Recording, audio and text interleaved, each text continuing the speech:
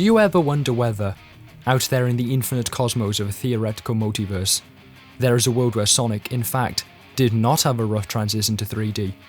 After all, SRB2 is supposedly a long-lost 3D Sonic game for the Sega Saturn, so in a world where this fact was true and the series based future installments off of this game, would we, in the current year of 2022, have to start every review with some line about remembering that game where Sonic died and kissed a human?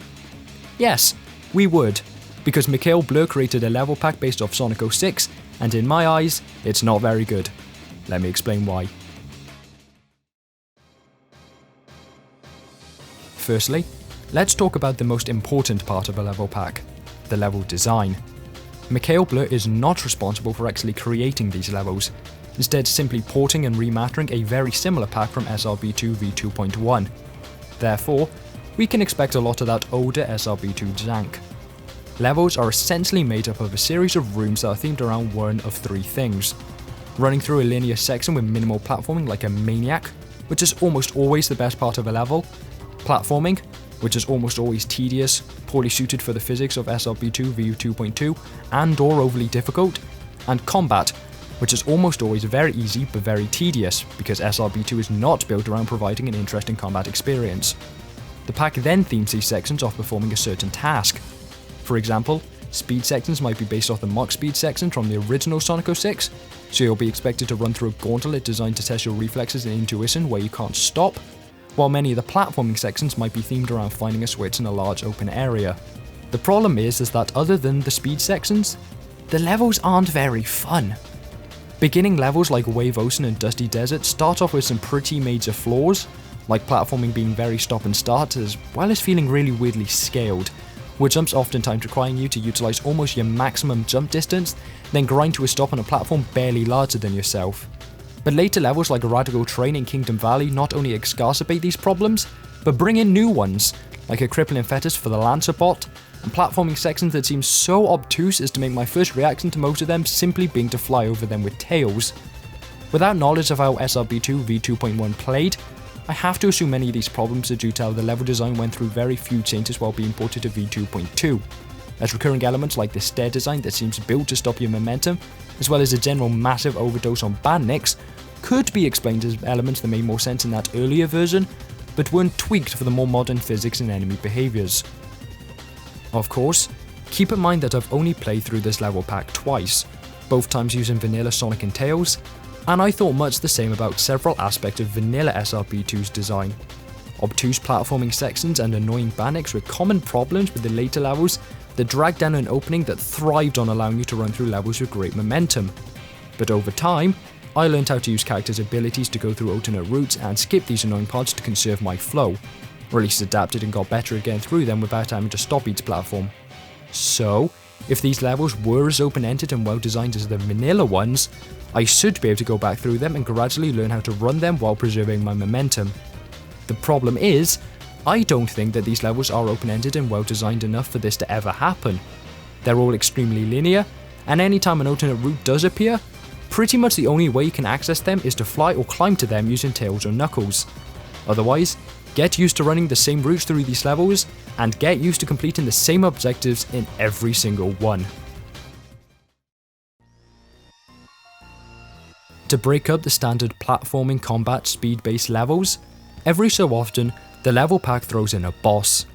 I haven't played Sonic 06, but I heard the bosses in that game were low points in a spiraling series of low points, so it's probably a good thing that the bosses here more represent the villains in that game, more so than try and genuinely recreate the actual fights. Unfortunately, these reimagined bosses are instead just slightly modified versions of bosses from vanilla SRB2.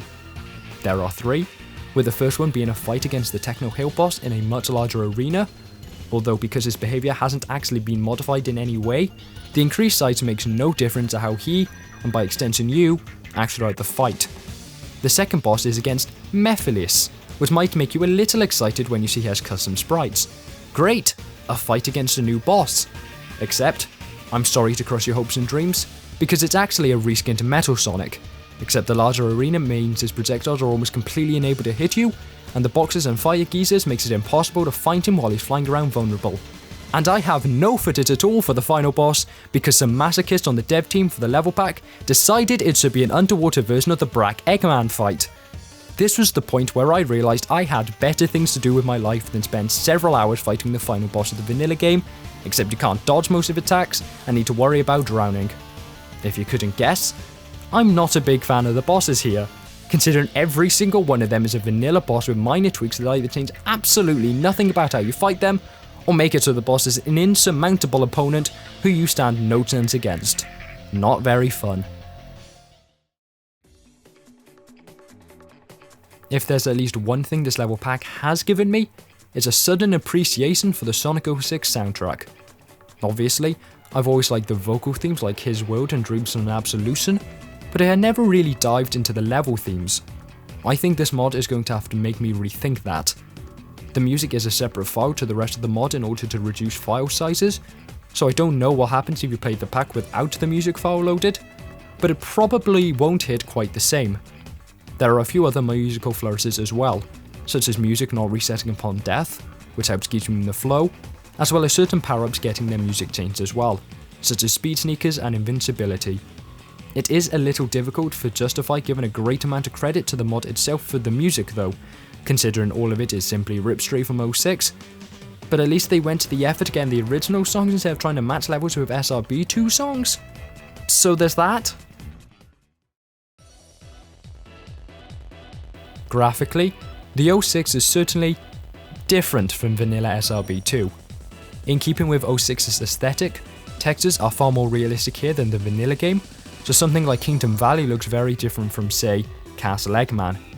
This does create a bit of goofy dissonance with the polygonal chunks that actually make up the level, which hasn't got a fancy graphical upgrade, as you have these HD textures on geometry that still looks like it's from the original Doom.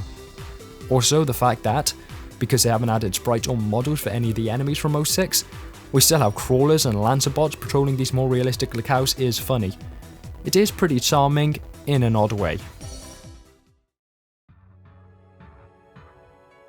So, to conclude, the Sonic the Hedgehog 2006 extended SRB2 port has poor level design, tedious bosses, non-original music ripped from the original 06, and a graphical contrast between the realistic new textures and the cartoony vanilla bandnicks. I'm not going to go on too much about the latter 2 points, because I wouldn't expect an SRB2 mod to go out there and find someone to remix all of the 06 tracks, and I think the graphical mismatch is charming, but there aren't really any positives to the first 2 points. Bad level design is bad in any context, and in this particular case it feels like the level design was designed without any thought being given to the physics systems in play. It makes the level pack infuriating the first time around, with deaths galore and constant confusion on where to go, and makes it so subsequent attempts will usually be focused on avoiding difficult sections rather than practicing and mastering them. Therefore, I'll be giving this mod a 5 out of 10. I hope you enjoyed the video, and ciao.